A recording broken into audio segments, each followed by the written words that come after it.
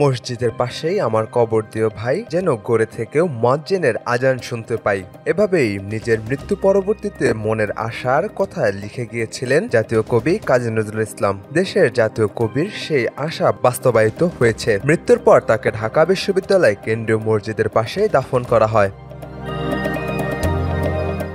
বিদ্রোহী কবি খ্যাত কবি নজরুলের চিন্তা চেতনা যুগে যুগে মানুষকে উদ্বুদ্ধ করেছে, সাহস জুগিয়েছে, অন্যায়ের বিরুদ্ধে মানুষকে প্রতিবাদ করতে শিখিয়েছে। সেখান থেকে আজও প্রেরণা খুঁজে পায় অনেকে। আসলে কবি নজরুল এর বিদ্রোহী কবিতা যখন আমরা আবৃত্তি করি বা তার সম্পর্কে জানি, ২৪-এর অভ্যুত্থানে যখন তার কবিতাগুলো আবৃত্তি হচ্ছিল, গানের সুরেই হোক বা কবিতার আবৃত্তির তালেই হোক না কেন, সেগুলো আমাদের রক্তে শিহরণ জাগাত। সেই কবির আসলে এখানে তার স্মৃতিসৌধ রয়েছে, সেটা দেখতে আসা আর কি। আমি এমনি ঢাকা বিশ্ববিদ্যালয়ের শিক্ষার্থী, তারপরও মাঝে মাঝে এখানে আসা হয়। এখানে আসলে মনে হয় যে একটা আলাদা শিহরণ জাগে, নিজের মধ্যে নতুন উদ্যমে মানে নতুনত্ব কাজ করে একটা, বা স্পৃহাটা আসে।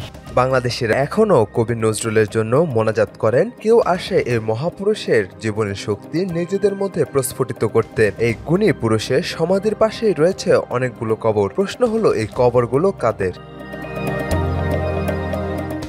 কবি নজরুলের সমাধির পাশেও রয়েছে এক ঝাঁক উজ্জ্বল নক্ষত্রের সমাধিস্থল, যার মধ্যে অনেকে মুক্তিযুদ্ধের শহীদ, আবার কেউ ঢাকা বিশ্ববিদ্যালয়ের শিক্ষক, এমনকি রোকেয়া হলের কিছু কর্মচারীদের কবরও এখানে আছে।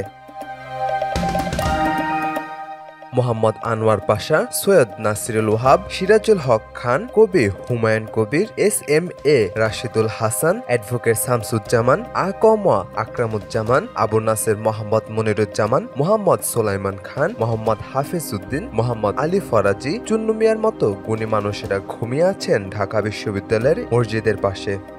আমাদের জাতীয় কবিকে স্মরণ করা, তার জন্য দোয়া করা, এটাই মূল উদ্দেশ্য। আচ্ছা আচ্ছা, আপনি কি এখানে প্রায় আসেন নাকি? না, আমার ওইরকম সৌভাগ্য হয় না যে প্রায় আসবো। আছে শিল্পাচার্য জয়নুল আবেদিনের, শিল্পগুরু শফিউদ্দিন আহমেদের সমাধিস্থল।